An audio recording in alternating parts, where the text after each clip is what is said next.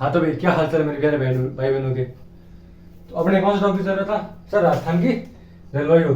इसमें हमने क्या पढ़ लिया था सर? व्लादिमीर कोपेन का हमने जलवायु वर्गीकरण पढ़ लिया था। अब आगे क्या पढ़ना है सर? थॉर्नवेट का जलवायु वर्गीकरण। ठीक है सर, क्या लिखा है थॉर्नवेट का वर्गीकरण? इसमें क्या है कि वर्गीकरण का थॉर्नवेट आधार क्या माना सर? तापमान और वर्षा। तापमान और वर्षा, इसको कैसे याद रखना है कि सर बांटा किसने सर? थॉर्नवेट ने। थॉर्नवेट का एक शब्द आ रहा है, थ से थॉर्नवेट और थ से ही थर्मामीटर।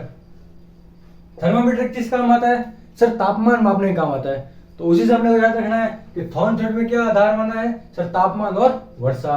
ये सर अपने को इसका वर्गीकरण का आधार पता चल गया। इसके बाद इसने कितने भागों में बांटा सर? 1, 2, 3 और 4। टोटल इसने 4 भागों में, थॉर्नवेट ने राजस्थान की जलवायु को 4 भागों में बांटा।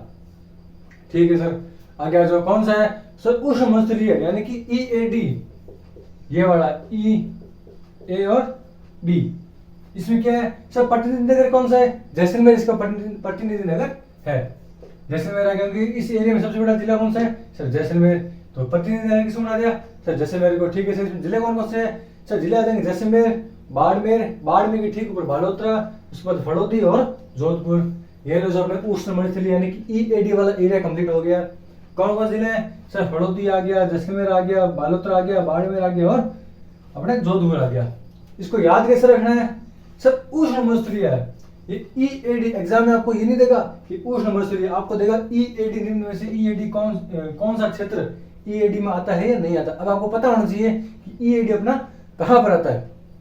कैसे पता करें कि यहाँ ये पूरा अपना राजस्थान है, ये अपना पूरा राजस्थान है।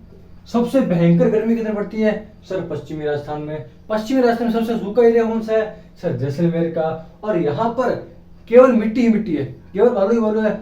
उस बालू में इतनी गर्मी हो जाती है कि गर्मियों वाले टाइम में अगर हम पापड़ भी इसमें डाल देना तो वो भी सिक जाते हैं, इतनी गर्मी हो जाती है। तो उसी में क्या है कि हम पापड़ की जगह अपना हाथ डाल दें तो आवाज कैसे निकलेगी? हमारी चिल्ली कैसे निकलेगी सर? ई। क्या निकलेगी? ई।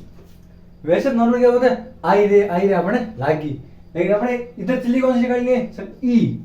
ई से क्या बनाना अपने को? ई ए डी। बाकी कहीं देख लो ई नहीं आ रहा, इसमें डी बी डब्ल्यू आ रहा है, इसमें सी ए डब्ल्यू आ रहा है और इसमें डी कुछ करके अलग है। इसमें अपने क्या रखना है? ई ए डी। ठीक है सर, ये अपने को याद हो गया। दूसरा कौन सा है? अर्धमौसमी यानी कि ऊपर वाला, गंगानगर, हनुमानगढ़, बीकानेर और चूरू वाला एरिया। इसका क्या नाम है सर? D B W. ए यहाँ पर आ गया, बी को कहाँ पर डालना है? ई A D. E A D यहाँ पर आ गया, बी को कहाँ डालना है? ठीक इसके ऊपर। ये लो सर डी बी डब्ल्यू आ गया। इसमें प्रतिनिधि नगर कौन सा है सर? बीकानेर। इस एरिया में मेन कौन सा एरिया है सर? बीकानेर का एरिया, इसको प्रतिनिधि नगर बना दिया। इसको याद कैसे करना है सर? नॉर्मल सी बात है, बीकानेर का संभाग याद कर लो, आपको बीकानेर का एरिया याद हो जाएगा। अर्धमस्तलीय का क्षेत्र थॉर्नवेट के अनुसार ये आपको याद हो जाएगा। कैसे कि सर संभाग याद कर लो। एक तो हो गया बीकानेर, गंगानगर, हनुमानगढ़ और चूरू। ये लो सर दूसरा हो गया। तीसरा कौन सा? उप आंध्र प्रदेश, ये नीचे वाला उप आंध्र प्रदेश। प्रतिनिधि नगर कौन सा है सर? यहाँ पर एक डूंगरपुर है, यहाँ पर है डूंगरपुर। डूंगरपुर इस एरिया क्या हो गया? प्रतिनिधि नगर।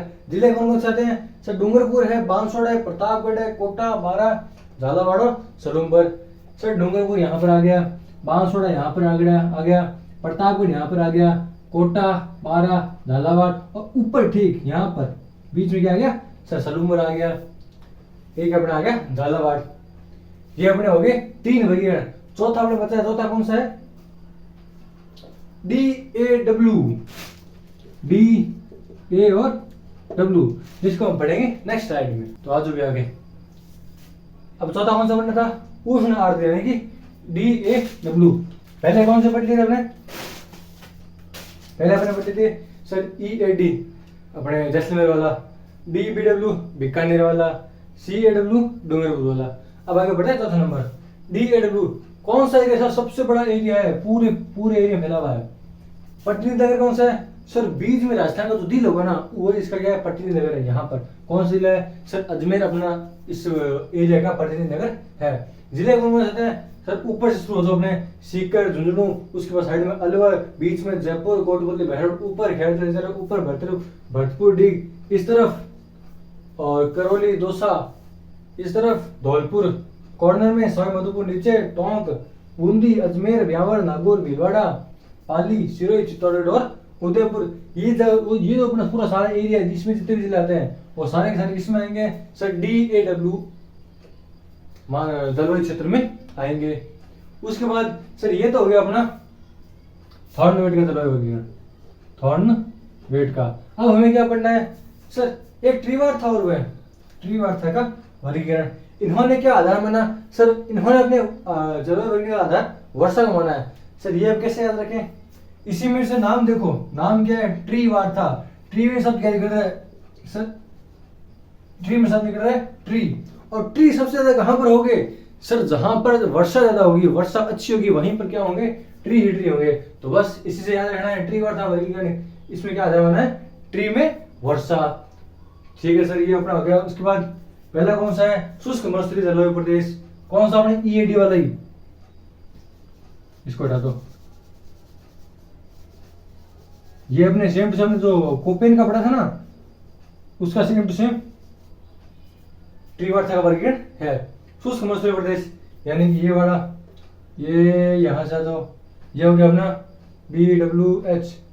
W मतलब वार्म यानी कि सबसे ज्यादा गर्म, जैसलमेर, बाड़मेर, फड़ौदी और बीकानेर, ये वाला एरिया अपना आ गया। उसके बाद दूसरा कौन सा है सर, स्टेपी, जो आपने मैंने पहले भी बताया था आपको, ये वाला एरिया हो गया सेकंड नंबर स्टेपी। BSHS जहां पर आ जाए उसका मतलब क्या है सर, S बोल दे दो स्टेपी। जिला कौन सा है सर, चूरू, सीकर, झुंझुनू, गंगानगर, मारगढ़, नागौर, जालोर, सिरोही, उदयपुर, राजसमंद, भीलवाड़ा, अजमेर, ब्यावर, पाली, जोधपुर, बालोतरा और जयपुर। इस एरिया वाले सारे, चाहे यहाँ पर जयपुर हो, चाहे यहाँ पर जालोर हो, जो पर सिरोही हो, चाहे ऊपर गंगानगर हो, इस वर्ष जो एरिया के जो जिले हैं वो सारे के सारे किस में आएंगे सर, स्टेपी में आएंगे। कुछ नहीं करना, ट्रीवार्था का जो वर्गीकरण है वो सेम टू सेम कैसा है सर, व्लादिमीर कोपेन का हमने पढ़ा था, व्लादिमीर कोपेन का वो वाला एकदम सेम टू सेम है, कोई दिक्कत नहीं है। अभी हम आगे कौन सा पढ़ेंगे, एक तो अपने इधर वाला पढ़ेंगे CAW वाला, और एक पढ़ेंगे CAW, और एक हम कौन सा रह गया ट्रीवार्था में AW, ये नीचे वाला कौन सा रह गया AW। इसको पढ़ेंगे हम नेक्स्ट स्लाइड में। तो आज अपने आज की लास्ट स्लाइड में अब आगे क्या पढ़ना है सर, 3 नंबर पढ़ना था कौन सा, अर्ध उष्ण आर्द्र जलवायु प्रदेश यानी कि CAW, यानी कि पूर्व वाला एरिया।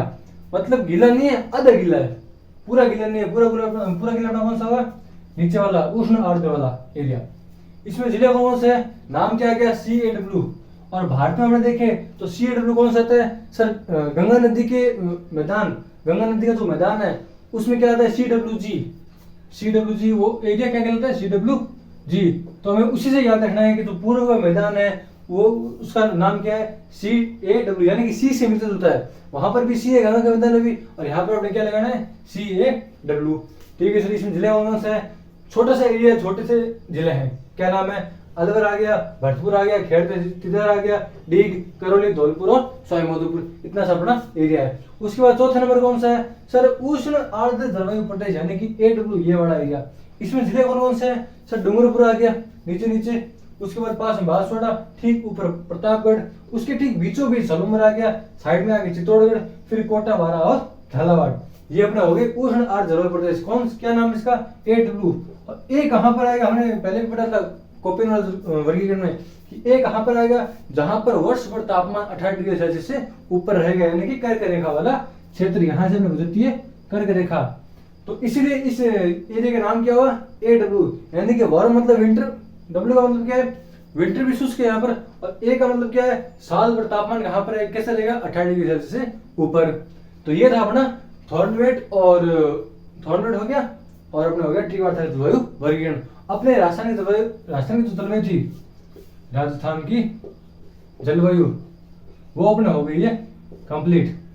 और नेक्स्ट टॉपिक हम लेंगे राजस्थान की मिट्टियों पढ़ने में बहुत मजा आएगा। मिट्टियों के कम से कम 8 से 9 प्रकार है, 8 या 9 प्रकार है, मजा आएगा मिट्टियां पढ़ने में। तो ठीक है, आज के लिए बस इतना ही, हम मिलते हैं आपसे कल, तब तक के लिए धन्यवाद।